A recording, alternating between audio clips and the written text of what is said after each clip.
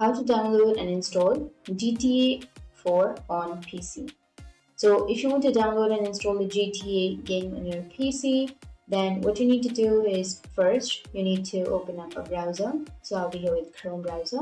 Once you're here on the browser, you need to simply go for the search and search for download GTA 4. And once you've entered or search, you will have Rockstar Games right here on the first. You need to click on that.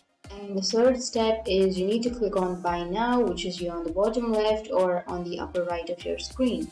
So click on Buy Now and you need to sign into your account. So if you have not signed into your account, then you need to go for sign in and you need to sign into your account.